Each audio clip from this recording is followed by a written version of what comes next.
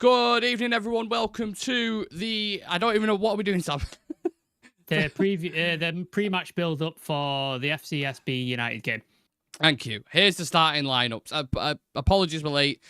We mentioned to you guys that we was doing an interview. We did do that interview, and it was unbelievable. But a lot of depth. Let's just leave it at that to the imagination.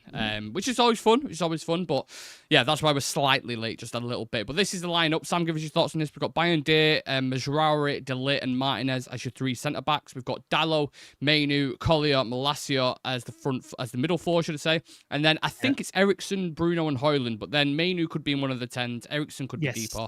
I'm not entirely sure on that context. But is that team strong enough to get a result tonight? Do you believe? I mean, it should be. Then it definitely should be. Like Højlund, Bruno, Dalot, Mainu, Mazraoui, De Ligt, and Leacher, they're all first choice starting 11, aren't they? Yeah. Like they're going to start like weekly. The sort of only rotation options, Malacia, Eriksen, and COLLYER, they'd be like the ones where you're like, okay, is the sort of stuff there. I've got trust in Eriksen to sort of provide some balls. COLLYER's been solid. Malacia is probably a question mark, but I think Mazraoui needed a rest, but he's still playing for some strange reason. Yeah. I don't know why. So yeah, it's fine. Like I'm happy with that. Ahmad's getting a rest, which is good. Mm-hmm. I'm glad to see that. That was one of the things I called for in the preview. So yeah, I'm happy with that. As that guest said in that interview, Ruben Amorim really doesn't like Casemiro, does he? No. It doesn't. And you'd expect maybe a little bit of experience to come into this game, given, it's in the National Stadium, right? This is going to be a huge atmosphere. It's a mega occasion for all the players involved. And obviously, I'm not sure on FCSB's league position, but I'm pretty sure they need to win, don't they?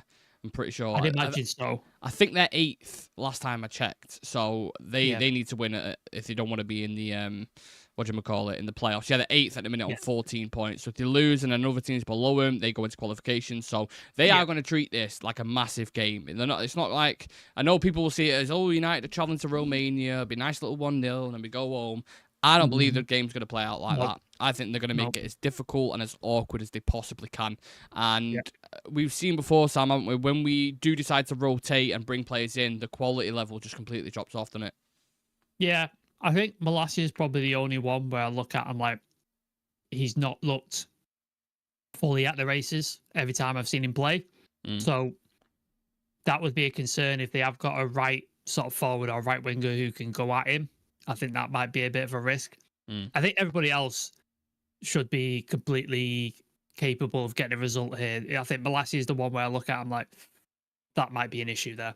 Yeah. What is it about Malacia that, when you've watched him? Because obviously, I think there's a bit of leeway when someone comes back from an injury that's so significant. You allow it for a bit, and you're like, it's going to take him a bit of a while getting up to speed. But at this point, it doesn't really feel he's going to reach that level, does it? Or is that too harsh too soon?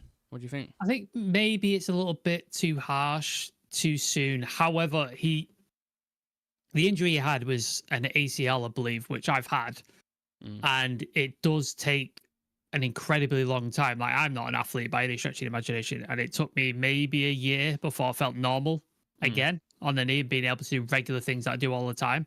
I can't imagine what it's like in an athlete.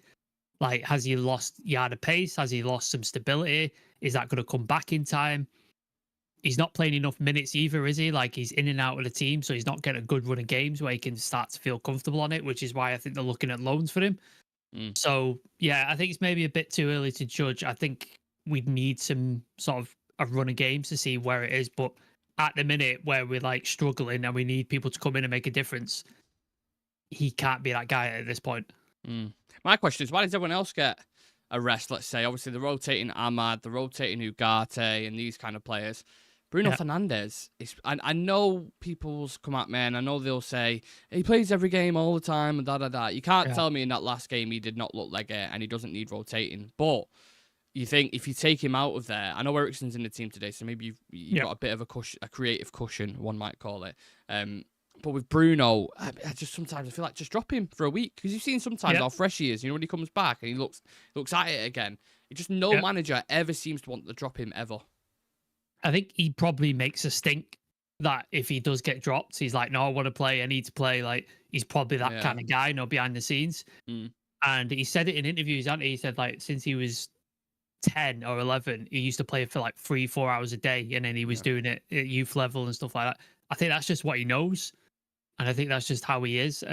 Rooney was the same. Like, if Rooney didn't play for a few games, it used to take him like 3 or 4 games to get up to standard, and then he didn't want to miss a game because it interrupted his rhythm. And I think Bruno feels the same way. But I think you saw at the end of last season, he was falling apart, wasn't he?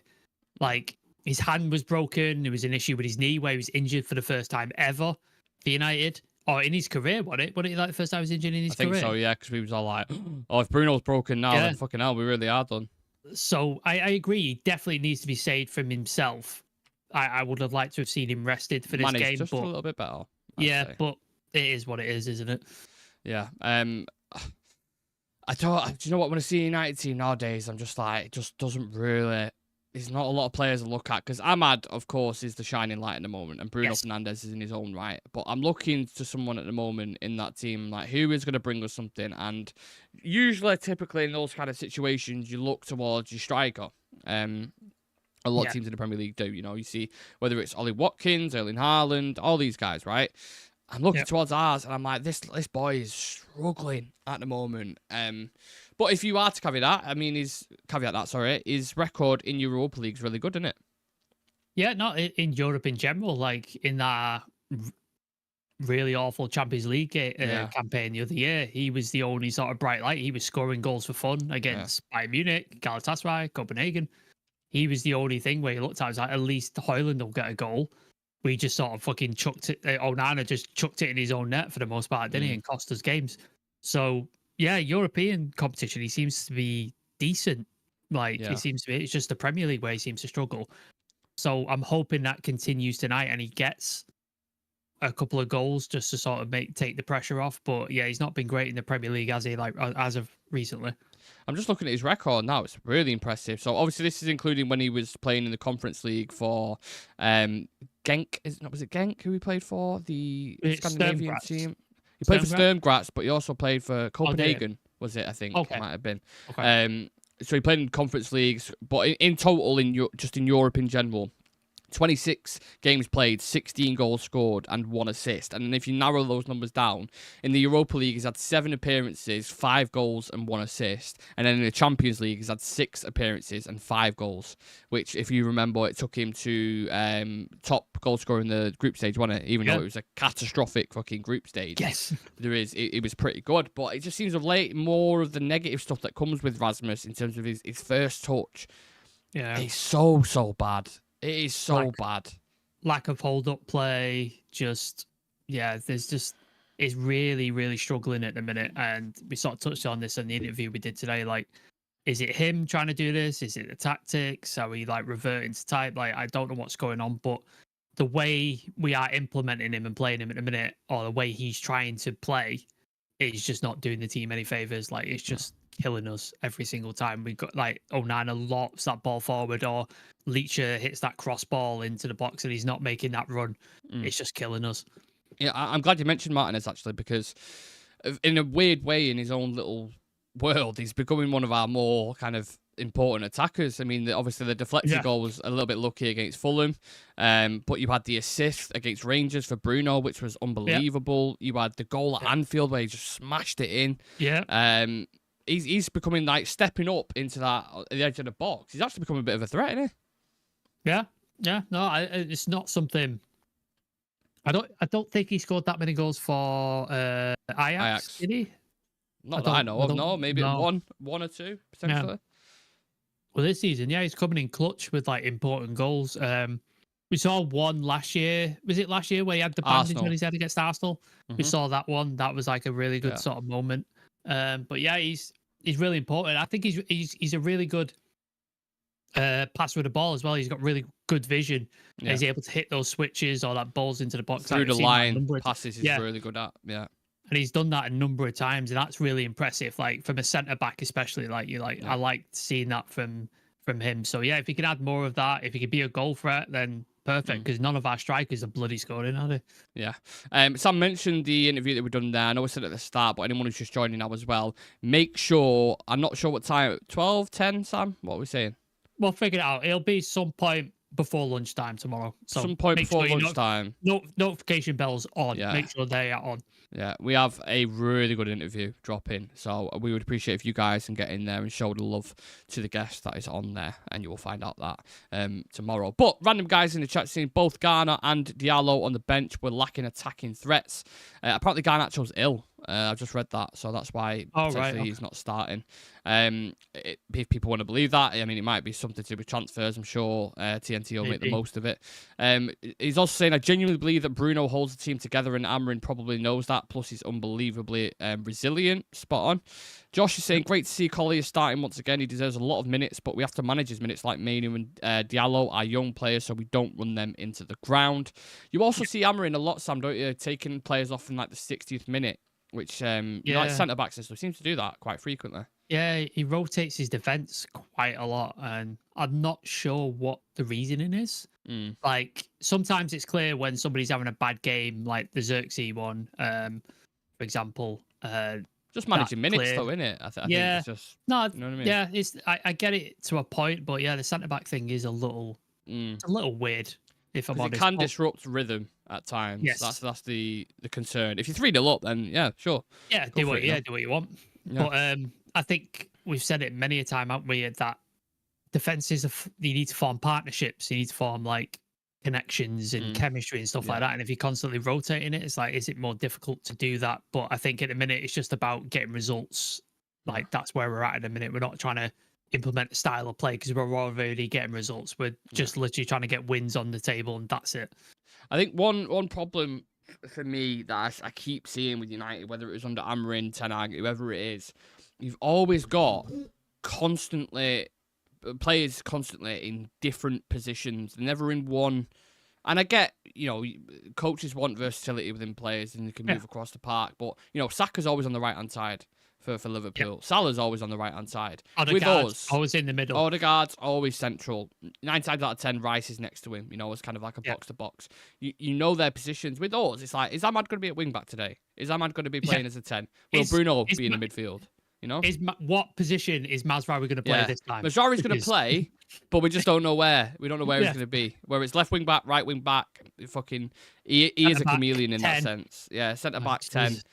So that's the frustrating thing, because how are you going to coach these patterns into the players when you are constantly moving them about and switch? Or maybe he's just doing a bit of a taste test and say, like, can he do that role? If he can, then I'll start playing him there more frequently. Because I look at someone like Diego Dalot. In the past couple of games, I think he's looked far better. He's still doing Diego Dalot shit, by the way. Yes. But he's looked. I think he looks more comfortable on that right wing back spot, and I think that's why you've seen him again there tonight. And he's another one who's, I don't know if it's a Portuguese thing, but extremely resilient, Sam.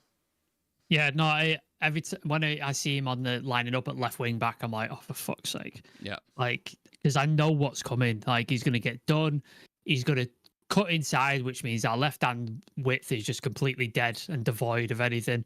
Yep. So there's no support against Garnacho or whoever's playing that side. So you're just like, this is just killing that attack completely. And then he switches off, lets people in. He's been at fault for quite a few goals when he's played at left back. Yeah. So letting players run in. I think Brighton was an example like that happened in it. So yeah, I'm much firmer at right back. I still think there's question marks over Dalot, but right back, I think is his best position by far, and if he's going to play, put him there. Like, just that's where he's going to play. I want to see him. I thought Dalot, when he first initially came to Manchester United, I thought one of his best qualities was crossing the ball. I thought when he got to the byline and he'd whip across. Don't do it anymore. No, that's what I'm saying. And I feel like with a striker like Rasmus Højlund up top, who I know he's been lacking confidence and goals recently, but I feel like more balls need to be put into the box. Like, just put it, like, we were discussing this before in the interview. But just, supply the striker a bit more, because what he's feeding off at the minute is the little kind of intricate moments with Eriksen or Bruno or whoever's playing in the 10. So I want to see more balls into the box. I can't remember the last time he's headed a ball. No. Genuinely. No. Even off corners, like, he never seems to hit him. I'm not saying necessarily he's a great target man, but he's still a big lad. Like, I don't know, it baffles me, to be honest with you. There's some strange things that players do in this team where tactically it doesn't make sense, and then individually, in terms of like, sort of, what is the best opportunity to score a goal here or create a chance, and 9 times out of 10 they make the wrong decision. Yeah. Like, it's so baffling. It's like, how can you be wrong this many times? Like, there's always a thing where the guy's through and there's a guy to the right of him or the left of him who's free in space, and all he has to do is cut it across and it's a tap in. Yeah. How many times do we see that happen? Millions. Like, it's so frustrating. More times than you'd want as a fan, right? Yeah. Let's see what people are saying in the comments. Smash like on the video if you are just joining. Again, apologies that we are late. That we're never usually late, but the only reason why we are is because we was doing that interview and it got really good and it was really And it ran over. And we couldn't really say, fuck off. Basically, we're going live. Can you fuck off? We've taken never a gonna say massive that. part of your. We've taken a massive part of your time, and you're offering us more time, but we're going to tell you to get lost. Yeah, exactly. So yeah, apologies again. Amarin favouring his fellow countrymen Dalot and Bruno is sad and disappointing. I don't know why that's sad and disappointing. Expand on that point, because that is just feels a bit xenophobic, to be honest, Lumen. Probably our health department, they don't want any blame to be placed on them, so they'll tell Amarin to play the players less. Yeah, in terms of the game, Sam, because obviously we spoke about the lineup in depth. Expectations, talk to me. Honestly, I don't have any. That's where I'm at with United. So you can't get hurt. Have any. No, just like I expect a really bland or uninteresting performance. Very blunt. Just get the result. Like, just get the 3 points so we get through. We don't have to do the playoffs. That's all I care about. Whether it's a 1-0 win, 2-1, it goes on off the referee's ass. It's a dodgy penalty. I don't care. Just get the result, get the 3 points, and let's get through. Because I've stopped sort of wishing for interesting performances or tactical like novelties and stuff like that at this point. Because I just don't think the players that Amarin's got are capable of doing the system he wants. Okay. So until he gets until he gets players like Dorgu's come in and others to come in so he can play his system, I think this is what it's going to be. It's going to be a bit of a shit show, to be honest. Oh God! I mean, I'm not. It's not as if I was coming into this full of hope. But if I was coming into this full of hope, you just completely destroyed every last bit of it. Mate. So, sorry. Yeah. It's to be honest, we're quite lucky we're not in a situation where we are. Do or die. You know what I mean? It's not do or die. Yeah. No. Yeah. Because you look at the way that the campaign started. FC20 was one that you could pull up straight off the bat. Porto away, the way we capitulated there. Who else did we draw to? There was another draw. Fenerbahce, obviously Jose Mourinho. That was another one. Does it have a feel of that? Do you think it could very easily be a draw this game? Well, we spoke on the preview, didn't we? That we thought they'd be up for it. It's in their national arena. United's coming to town. It's always a big deal when United come to town, especially to these teams. Like you said, we haven't played a Romanian team in a long ever. Was it ever or a long time? It was. I think we've not been beaten apart from 2012 to 13. I think it was. Right. So we don't come to town that often, so they'll be up for it. The fans will be up for it. So it's definitely going to be a sort of cagey environment.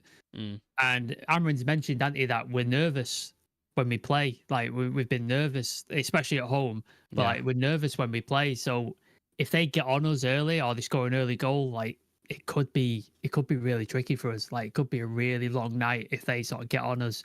I think we need to start on the front foot and we need to get early goal. Just to settle things down. I think that'd be the key for us. But obviously, it's United, so I have no idea if that's going to happen or not. Yeah, it's almost like the longer you leave it, the worse. The pressure cranks up. The crowd gets louder. You get that first goal in 5-6 minutes. You fucking kill that atmosphere completely, especially if you get a couple straight off the bat. But I'm very interested to see how it's functioning. Obviously, we've got on the graphic that Eriksen is starting in the 10 with Bruno, but the more I think of it, I mean, Collier's got to be in midfield. We know that for sure. Yeah. Do you want to see Mainu more as that 10 or more, see if he can do that role a bit more? Because we haven't seen much of him there, have we? I'd like to see it tried. Like, there's a couple of things I'd like to see players being tried in certain positions. Like, I'd like to see Xerxes and Højlund play together. Yeah, like that'd be nice to see. But yeah, it'd be interesting to see, like, because he's clearly not a 6. Like, that's not his position. He seems really young, so it's like, is his position an 8? Like, is he capable of carrying that ball and being that player? He has been shoved off physically quite a lot of times, so maybe the 10 position where there's a little bit less defensive responsibility, maybe that is good. It's good to try him out. Like, he's still 19. Let's see. I'd be happy to see it. Like, try it for a half or something. If it doesn't work, you can drop him back or something. Like, I'm happy to experiment at this point because, like we said, the league is gone. it's pretty much wrote off. Let's put all our eggs in the basket of the Europa League and let's try it out. Let's see if he can work. 'Cause if he's effective, then great. That's another option in that 10 position. What about Bayern as well? Because obviously starting in Europa League again. I think that's back-to-back appearances, right? Because I'm pretty sure he appeared against what's his name? Rangers. I'm pretty sure he appeared in there, didn't he? So now you've seen a case of under Ten Hag. This was a goalkeeper who had played... Never played. Once or twice, absolute maximum, wasn't it? And he's already played more times under Amorim than did under Ten Hag. So it shows more faith coming from Amorim, and rightfully so. You look at his performance against Arsenal, which obviously in particular was a standout one. But when does he get to a point where you start thinking about the league as well? Does he need to really showcase what he can do in the Europa, and then maybe stick with him as that? Even if you get to the final, stick with him as a goalkeeper. Yeah. No, I think if we get to the final in Europa League, I think Bayende deserves to start, because he's been there under Amorim anyway. He's been there since the start, and I hate when they do that. Do you remember? I think United did it once. Romero played all the way through the FA Cup, and then we get to the final, and De Gea got put in, didn't he? Yeah, I don't like that. I'm like, I don't like that. Just the guy's played all the way through, and he's kept us in. Let him have his moment. Trust and play him in the final. Yeah, play him in the final. I just think. Yeah, I think he deserves to start. Like you said, his performance against Arsenal was really, really good. Rangers didn't really have much to do, to be honest, did he? Up until the goal, I don't think it really threatened us. So, yeah, I think he deserves to start. And if he puts in really good performance after really good performance, then and Onana then keeps making mistakes, it gets to a point, doesn't it, where you're like, well, he has to start, doesn't he? He's clearly the better keeper at the minute. He's the one in form. In my opinion, I think if you was to ask Amorim now, obviously it's not a priority position, is it, for him? There's other areas that he's going to focus on, for sure. But I think if you said to him, you can go get a specific goalkeeper now, I think he would change. I think he would go and get one, personally. Who that would be, I'm not entirely sure, but with the way Onana is at the minute, we can't trust in players. You can't trust him in games because he's always got a clanger in him. Bayern has shown previously as well. I don't want to be too harsh on the guy, but he's got a clanger in him. Spurs. So that's what I mean when that lies the trust issues. But we've got so many pieces of the puzzle on the table at the minute. We're scrambling about, trying to put it together. First and foremost. So I get that. I get that. It's like your leg's been chopped off and then you've got a slight cut on your face. It's it's like a really irritating cut. This is really annoying, but my leg's missing. So let's fix this bit first, and then we can worry about this. Yeah, agreed. What about impact off the bench? Because we mentioned there's a couple of, I don't know if you want to call them key players, but certainly talented players on the bench. Ahmad being one of them, I feel like he's going to be called upon tonight, whichever way. He's probably going to have to, isn't he? Because if we don't score, then he's the only option to bring off to get a goal. Well, we've got Heaton, Onana, Lindelof, Maguire, Yoro, which is a surprise. I always was in the presser, wasn't he? Yeah. And I feel like they always start with him in the presser, but obviously Amorim's changing things up there. So he's on the bench. We have seen Yoro come on before, to be fair. So you could potentially see that from Mazraoui if he's getting a bit leggy. Maguire for De Ligt. Yeah, you'll probably see. Casemiro not getting a look in a minute. Just won't play at all. Ahmad, Garnacho, Xerxes, and Ugarte. It's a bit more of a promising bench. There's some options there. Garnacho, Ahmad, Xerxes in particular in the attack where they can change the game. So do you feel like they're going to have an impact and a say on the result? I think Ahmad definitely will. I've just seen a picture. Apparently, Collier and Mainu are warming up together, so it looks like Eriksen in the 10. Oh, we've got it on the graphic. Cool. Yeah. Ahmad could definitely have an impact, as we know. He's the only goal threat we have. And I think if we're trying to protect the lead, I think you may bring on Maguire because maybe they're trying to get some goals from set pieces or corners and stuff like that. So you might see Maguire, or same with Yoro and stuff like that. In terms of sort of midfield things, there's not really anybody there, is there? You can't really sort of bring anybody on in terms of changing, because you bring on Ugarte to sort of I think Ugarte is more of a starter, isn't he? You bring him on to interrupt a team. Yeah. You bring him on to close out a game. I don't know. It depends how leggy the midfield is. Yeah. But I'd like to see Collier get a full 90 minutes. I would like to see that. That'd be nice for him. Yeah. So. And it's an experience as well, isn't it? Traveling to people will look at the team and they'll say, "Oh, they're not that good. It's a Romanian team and blah blah blah." But You asked some of the great players, and you spoke about this in depth before. I'm sure Rio Ferdinand did it. I think they went to Russia and played a team, and they really, really struggled just because it's just a completely different atmosphere, different kind of game. They'll make it awkward and complicated. And I think from that, that's where Collier is going to earn his stripes and kind of build his reputation in big, well, not big away European games, but it's a tough European game. You know, it's going to be in the middle of the park. I'm sure FCSB will look at that and they'll be like, it's a young kid. We can maybe bully him a little bit, you know, target him. So it'll be interesting to see how he deals with that. But I've got full faith in him at the minute. I mean, Aaron was speaking about it when he was on the show the other day. He was saying, I trust him more. And it seems like he's been given that trust. And if he does develop into the player that we think he can be, he looks promising, doesn't he? No, he keeps it tidy, keeps it nice. Doesn't make mistakes, doesn't make the wrong decisions. Seems confident, very humble as well. Like Leacher was praising him for that clearance against Fulham, wasn't he? Yes.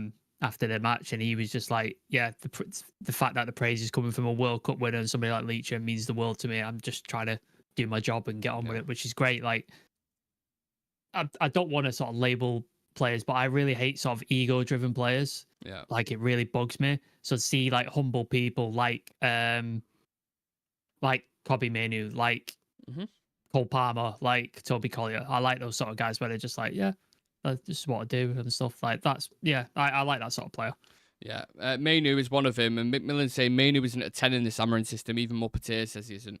As much as I love James from Muppeteers, everything that he says isn't true. So I'm just putting that out there. It's not always gospel. It's opinion, right? It's down to opinion. Yeah. And obviously, I take his opinion on board. However, he's a 20-year-old kid, you know? Yeah. You look at the development of a lot of players. Some of your favourite players, like Paul Scholes, who went from a striker to a 10 to a midfield to dictating the game and becoming one of the best at it, right? So it's not to say you can't adapt to it. Same thing with Garnacho as well. Valencia, Ashley Young started as wingers, ended up as fullbacks. Yeah. Like people change positions and stuff like that. Exactly. I think Delic said in an interview, I think up until he was 17, 18, he was a midfielder. Yeah, he's like he's a 6 or an 8. In an Ajax system as well, which the demands on that, you know, this shows why he's half decent on the ball. I think it's too early to put the jury out to say he's definitely not a 10. We need to let him. Yeah. Let him adapt a bit. It's a new system. They're learning so many things. I mean, the brain must be fried with all the instructions that Amarin's given him. So yeah, I would implore patience on that. Collier is a Nicky Butt type player, simple yet effective. I think simplicity is nice though, Sam. In a world where we had the Pogbas, for example, and I'm not comparing him to Pogba because obviously Pogba's super talented. But in a world where we had Pogba, sometimes you do that stud role, wouldn't you? Try and nutmeg a player, he'd lose the ball. I mean, didn't Mainoo do it in a game recently? Yeah. Who was it against that? I can't remember, but there's moments like that where you like make the easy decision. There's the free player, make the pass. You're up the pitch and you carry on, and then Pogba is the type to say, I want to take 2 players on and then I want to make the most difficult pass diagonally across the thing. Yeah. That's what he wanted to do. Sometimes, but if it comes off, it looks phenomenal. Yeah, he's capable of it, for sure. How many times does it come off in a game? Yeah. Do you know what I mean? Whereas the simple pass, 99% of the time, you're able to make that pass and it works. Yeah. So, I like that. That's one of the reasons why I don't like Bruno Fernandes in the midfield. I know some people prefer him there. It's on this channel as well. Yeah. I get it. I understand it. But for me, he is a risky player, and I think the less risk you have in midfield, I think the better for me personally. Obviously, if you have someone who can put it on a 2-pence like Trent or De Bruyne, it's a completely different situation. But we don't really have anyone like that. We do need progressive passers, and Bruno does do that, but then he overdoes it sometimes where he tries to play the difficult pass all the time, and that's okay when you're higher up the pitch because if you're losing it, it's not as. Do you know what I mean? Yeah. But when you dictate from the middle of the park, it's a different situation. Like, this is not Paul Scholes where he can hit a ball and he can hit the man from 60 yards and it'll land at his feet and it'll be like pinpoint accuracy. It's not that. So you can't afford to have him back there trying those sort of Hollywood balls or through balls that 8 times out of 10 don't come off. So it's like, it's a difficult sort of thing. You in a number 8 or like deeper, you've got to be super accurate with what you're doing. Because if you don't, you've then just opened the door to your back line and it's just, that's it. You're in trouble then. Yeah, I mean, I've got one in my head where Scholes. I think it was a Rooney over a kick, actually. I'm sure he's the one who pings it out to Nani, and then Nani puts the cross in and he does it. Like things like that. That's what we actually need. We could desperately do with someone with Scholes' ability, obviously. Oh, But then, as amazing. well, you need legs in that midfield. A lot of Yes. legs. So you need a combination of both, really. And to get that player in Europe who's capable of that is going to cost a lot of money.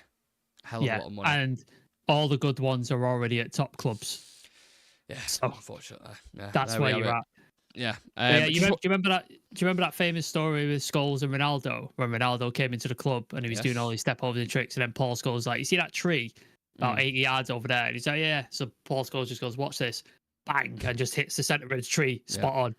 And he's like, "Come find me when you can do that." And then Ronaldo just spent the rest of the day trying to hit this tree, couldn't do it. Like, just couldn't do it.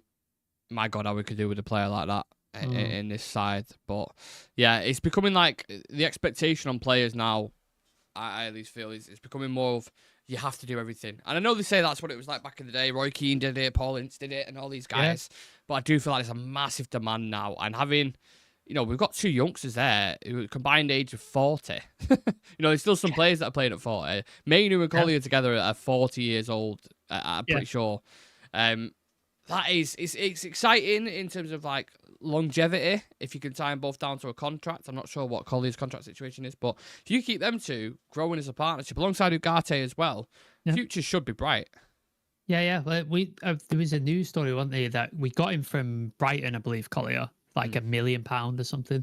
Yeah. And there was a lot of people who at the time were surprised United were able to pry him away from Brighton, because obviously Brighton are well known for getting young talent, developing them, becoming like really good players. And the fact that United were able to go in and get him was quite sort of shocking. So people rate him highly, like people think of him like a lot. So I'm hoping he gets the opportunity to show that at United for a long time. But I think it's so early in his career at this point. Like he played a couple of games last year. Did he play? I mean, he's probably just getting into double figures, I'd imagine. Yeah. So, this is probably his first professional full season where he's starting a few games at a time rather than coming on for 10 minutes. So it's still so early in his career, man. It's early in Mainu's career. Like, he's only been on the scene for a year. Yeah. Like, that's Don't what feel we like forget. it, though, does it? No. Like, he's been on the season. He had his full first year last year, and he went to a Euros and played in a final and stuff. So he's still early in his career. So yeah, these kids have got time and they've got room to grow. So let's not judge him just yet. Let's give him time.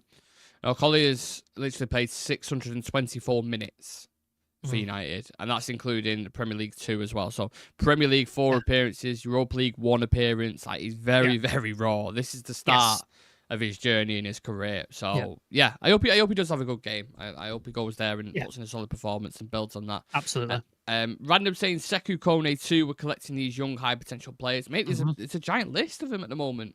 Loads of Chido as well. Our under-21s is stacked at the minute. Like Sekou Kone, Lascelles, Chido Obi Martin. That Aiden Heavens coming in, isn't he? So that Shea Lacey. There's so many top players. Dangor. I'm really excited about the sort of players that are coming through the system in a minute. But then it's important that they come into the right setup, because you can have all the talent in the world. If they're youngsters and they're coming into a setup where they're the senior pros that they're looking to for advice and to almost emulate is Marcus Rashford, you ain't going to have a very good career if you're having the same attitude and ego as he is. So it's getting the right characters around them. As much as I've criticised someone like Alessandro Martinez, for example, prior to a few weeks ago, his mentality and the way he is, they're the kind of players that you want around, in my opinion, for youngsters. Maguire would be another one I would probably say. Like, absolute... De Ligt. Yeah. Straight up professionalism. De Ligt was a captain at Ajax, youngest captain ever, and he's only 24, 25, so he's been around the block, but he's still young, so he can still relate to these sort of younger players. Like, it's not that long since he's been there. There's some leaders in the team, but it's just... it's putting those other pieces together so the leaders can shine and the tactics work and the players are able to work at the full best of their ability. And we haven't got that yet. So I think, a young player coming into this environment is a big ask. It's a really big fucking ask at this point. I feel like people are fixed on this idea that we're only going to sign young players and that's it. And I think you only have to look to players we signed recently in Mazraoui, for example, that you can go buy a 26, 27-year-old, bring them in and have them bring a leader in. Yeah. No, Ugate's 23, he's younger. I was younger, shit. Yeah. Ugate's 23. But it just goes to show you can bring in these experienced people and put them around the young, because they won't. If you let, Gary Neville famously says it, if he went into a team that didn't have Schmeichel and Bruce and these guys, like, they won't be nowhere near the players that they were. No. You have to have winners. Class of 92 wouldn't have succeeded if there weren't a Roy Keane there and Brian Robson and people like that. They wouldn't have succeeded because they wouldn't have had anybody to guide them, to straighten them out and to put them on the right path. I think they said it about Evra and Vidic, didn't they? They came in and they could see they had talent and they were good players, but they just couldn't work in the Premier League for like the first 4 or 5 months. So they had to have Rio and people like that, getting them into it, getting them into shape, sorting them out, like correcting them, the issues and stuff like that. And then look what happened. They became 2 of the best players that have ever played for the club. So you've got to treat the young players the same way. Give them time, but at the same time, when they are sort of steering in the wrong direction or they're getting a bit too confident or they think they know it all, sort of be like, take a step back, calm down, bench them for a bit, give them some time off and sort of that. We just play young players into the ground, don't we? We just fucking ruin them. Like we did it to Andy Elanga. Andy Elanga had like a good stretch of 4 or 5 games and he just played every game, didn't he? For like the rest of the Ragnick season, and he just was knackered by the end of it.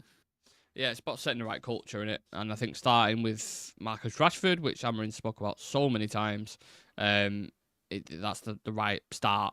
But there's a long way to go. Sometimes I do expect quotes to come out from Amarin, but there's nothing coming out. So I think we could just get straight to the betting slips or what you expect to happen if you don't want to promote betting or what have you. Give us 4 things, Sam, you can see happening in this game, whether it's a yellow card, someone scoring or assisting, etc. Low score. I don't see many goals. So maybe 1, 2 goals. I can see Bruno getting a yellow for complaining, because that always happens. I'm sick of seeing that at this point. Yeah. Ahmad off the bench to score a goal. And what else? Got a 4th one. Collier to have a really good game. Okay. Yeah. I don't know if you can get odds on that, but Collier to have a. Can you bet on like scores, like average score performance, like out of 10? Because nobody do the player score things. I'm not sure. I've never bet on it personally myself, but we'll take it. That's fine. Collier to have over a 7.5 rating. Okay. Yeah. We will be the judge of that when we do the post-match analysis, won't we? I suppose. Yeah. Random guy with a super chat. Thank you, brother. We appreciate you, man. Thank you very much. Really do. Really enjoyed the show. I'm going to say we win. An optimistic 2-0 win. Clean sheet and 2 goals. Wow. Yeah. I'll take it. Take it. What do I see happening here? Let me have a look at the lineup again, because I feel like, sorry, I want to switch screens. I want to... It helps when you have knowledge of the team that you're playing. I couldn't probably name one FCSB player, so I don't know how they play. I don't know what to expect, to be honest with you. But I think Rasmus might get a goal tonight. Okay, I'll go with that. I think Mainu can be caught off guard sometimes in midfield, so I'll go with him with a yellow card. Yeah, I'll say Martinez to get a goal or assist. Why not? Fuck it, they'd be really good odds. And I'll just say United 1-0 or 2-0. 2-0. Yeah, let's go optimistic. Random guy did it. Okay. Fuck it. Why not? 2-0 win. And we can all be smiling and not worrying about, kind of playing some tough teams. Also, can it please, I don't, if I'm asking for something, I just want the points and the win. But also, if we can make it slightly entertaining, just so we can have something to talk about, because that Fulham game. Yeah, you sat there, aren't you? And you're like, when we did the post-match analysis, we're like... My notes were empty. I had nothing in my notes. No. I wrote my notes. The Collier line clearance won it. Yeah. And you're like... I had nothing in my notes. I think United have had no shots on target this entire game. I think that was my only note. Yeah. I was like, this is fucking horrible. So please, just something happens so we can talk about it. Well, we're all going to speak it into existence. Erasmus Højlund hat trick. Let's fucking have it. Let's have it. Appreciate you tuning in. go and enjoy the game, guys. Me and Sam are going to go watch it, and then we'll give our post-match thoughts, as we always do, straight after the game. So, yeah, do not miss it. Come and join us and get your thoughts in, and hopefully we have a decent performance. Appreciate every single one of you. See you in a bit.